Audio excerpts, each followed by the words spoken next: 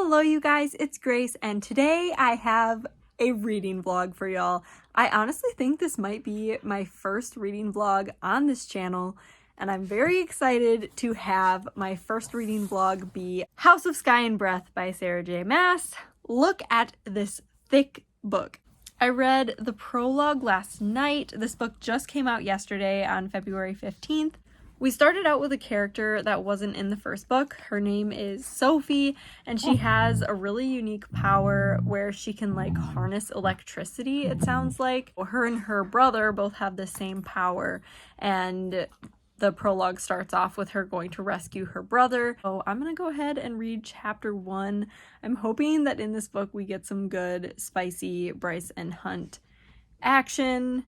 I won't lie, I just rewatched my video about the first book in this series to kind of try to remind myself what happened. Okay, so I'm a few pages into the first chapter, and Bryce's parents are all at Juniper's dance performance. And apparently Bryce and Hunt made a deal that they were not going to get together sexually, physically in any way until the winter solstice. And let me tell you, this sexual tension, it's a good time.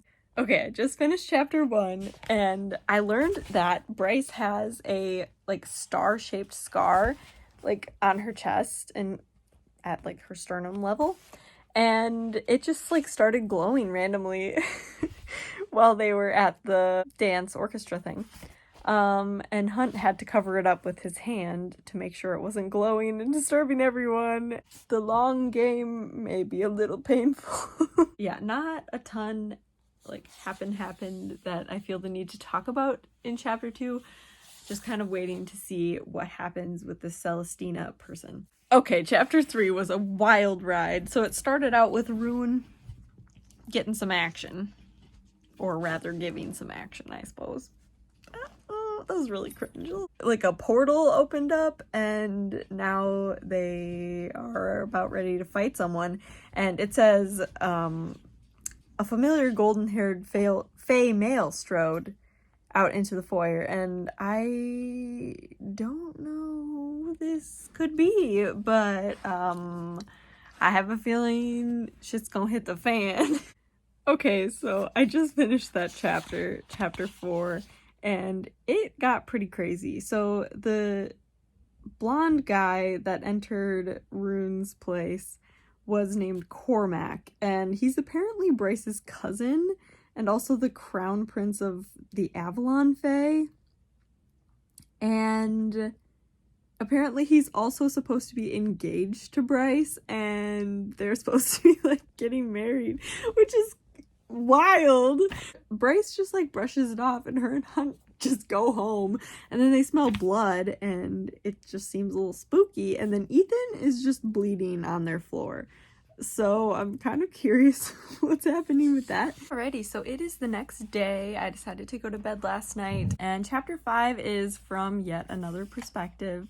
So this perspective is from Therion. He is engaged to the River Queen's daughter. So he is currently on a mission for the River Queen to find Sophie back from the prologue. Chapter 6 is over, and all I have to say about this chapter is I really, really, really want Bryce and Ethan to mend their friendship and just, keep hanging out, because this chapter is just so cute, but it's just barely cute because they're still convinced that they need to hate each other. Well, Ethan's convinced he needs to hate her. It's just dumb. Just finished chapter 10. I'm on page 116 now. And I think this is gonna be the last little bit I read this morning.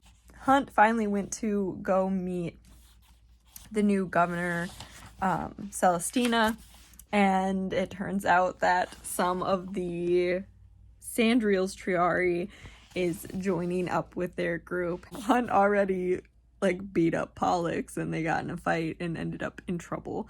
But honestly, Celestina seems to be a fair leader. That's also what I thought about Micah at the beginning of the book. I thought he was this fair, just ruler guy, and he seemed really good, and then he ended up completely screwing them over. So I'm kind of finding it hard to trust her as well, just like Hunt is, but I guess we'll find out.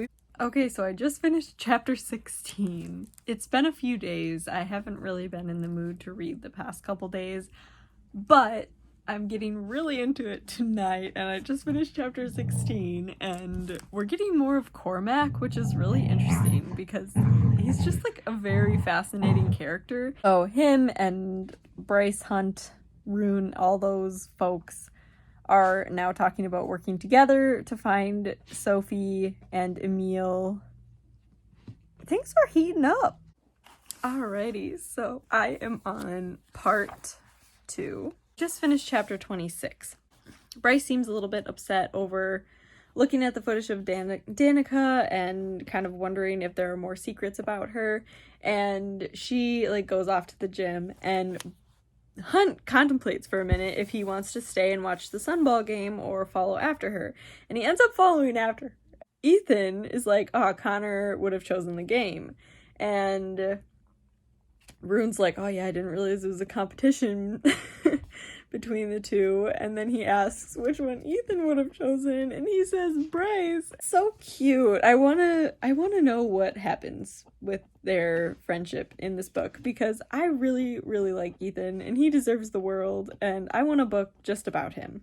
Okay, so I'm reading again. Okay, so Bryce and Hunt went to the bone quarter. They couldn't find Emil there, and they had to fight people and learned a lot of terrible things, and that was crazy. And then Rune and Ethan ended up, having to escape from that one evil guy, and then they went to a bar, so then they would have an alibi, and then the Hind and the Harpy show up, and the Hind is like drilling Ethan about how he must have loved Bryce, and like he felt guilty when Connor died because he was like pining after the girl that Connor liked, and then when Connor died, she was like, oh yeah, you probably felt like the path to Bryce is clear now. What?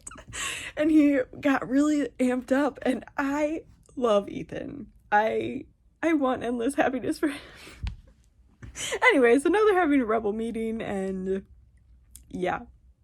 Okay, so I haven't vlogged in a minute, but I just finished chapter 64, where Baxian is helping Hunt and Bryce get out of that catacomb area, and he just revealed that Danica was his mate, and he had Through Love All Is Possible tattooed over his heart. How does Danica have so many flippin' secrets? Bryce was her best friend, and if I was Bryce, I would be mega hurt by that, but also I guess I understand because a lot was going on in her life. Hunt and Bryce are mates now. I don't remember if I said that, like actual mates, which was whack, but also adorable. And I'm also really curious about this day and night, like Rune and whoever Agent Daylight is. Daybright? I don't remember. At first, I thought that Agent Day was Celestina. Oh, that's the other thing that happened that I didn't talk about. So I thought that Day was Celestina, like the Archangel. Hypaxia and Celestina were like smooching in the closet, and adorable, by the way. They are both powerful, badass women, so I kind of love that. Celestina is, married to that Ephraim guy. Hypaxia is engaged to Rune, but that throws a wrench in my Celestina being Day plan, because if she's in love with Hypaxia, then I don't think she would be swooning over Rune in, like, Day form. Yeah, so we'll see who Day is. I hope we find out in this book, because I'm very, very curious. I already can't believe I've been reading this book for, like, a month and 10 days. That's crazy. I thought I would finish this book so quickly.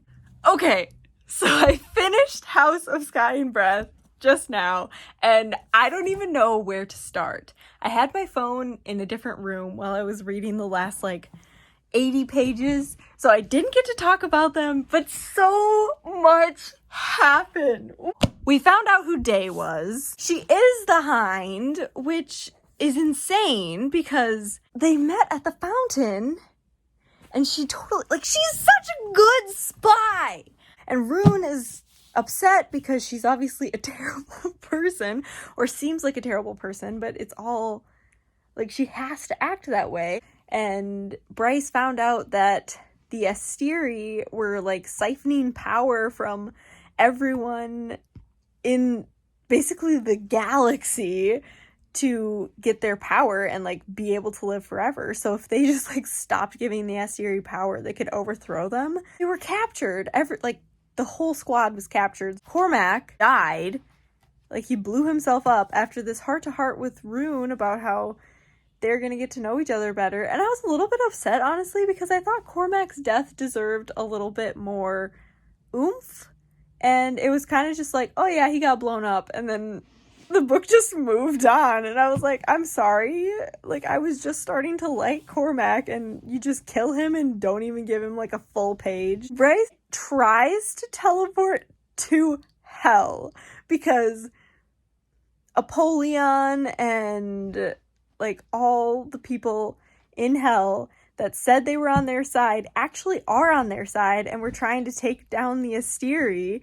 So she was trying to get to them so they could send an army to destroy the Asteri, but she ends up somewhere else, and it's, like, all these winged people, and I was like, oh, that's funny. Like, they have, like, demon wings, like, bat wings, like the freaking Bat Boys and all my faves from A Court of Thorns and Roses.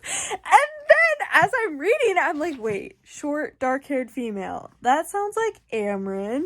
And then they were, like, talking about all the characters, and I was like, okay, they're talking about, like, this winged male. Bryce introduces herself, and she's like, yeah, I'm Bryce.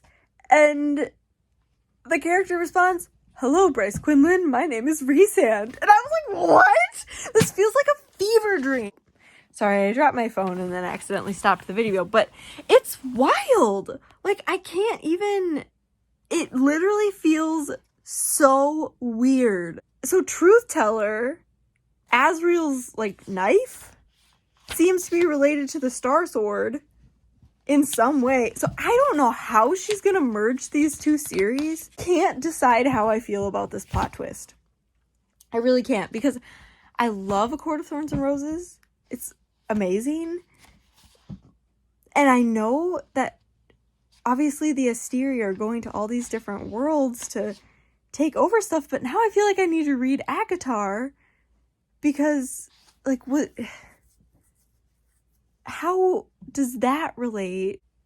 I'm processing. And because the Asteri described hell as a dark, cold world, and yet she's talking about, like, it smells nice, there's roses, bread, they have flowers, whatever, and then it reminds me of how, like, everyone thought of Rhys as this, like, dark, evil character, and then he's not, and it's so crazy. What a cliffhanger to end this book on. Bryce said that Rhys looks exactly like Rune, which I thought of this the whole entire book. I thought that Rune reminded me of Rhys. I was like, okay, their names are very similar, and they both have, like, violet eyes and, like, black hair and all this other stuff.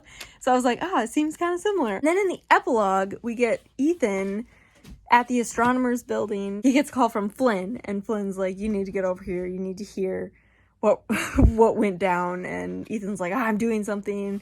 He's like, no, get here.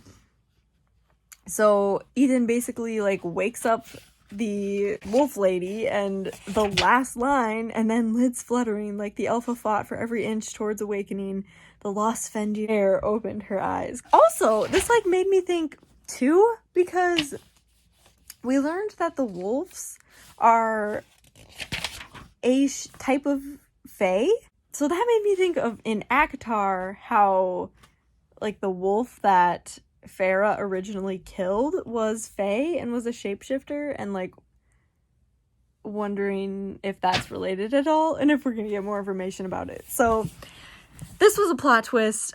I my mind is blown, and I had so much fun reading it. That's it for this video. Please like it if you enjoyed it. Let me know what you thought of it, and subscribe to my channel. And don't forget to hit the bell icon so you get notified whenever I upload a new video. See you next time. Bye!